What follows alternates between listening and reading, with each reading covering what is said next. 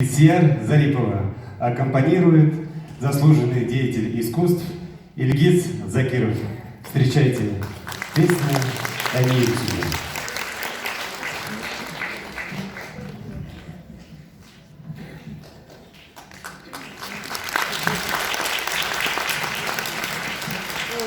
Hayırlı gün, hürmetli dostlar. Beynem bilen barıgızna da. Hazır sizden itibarınızga en iyi sözü degen ür-yanma jırыбызны takdim ederiz. Jırның keyin İlgiz Zakirov yazgan. Rahmet.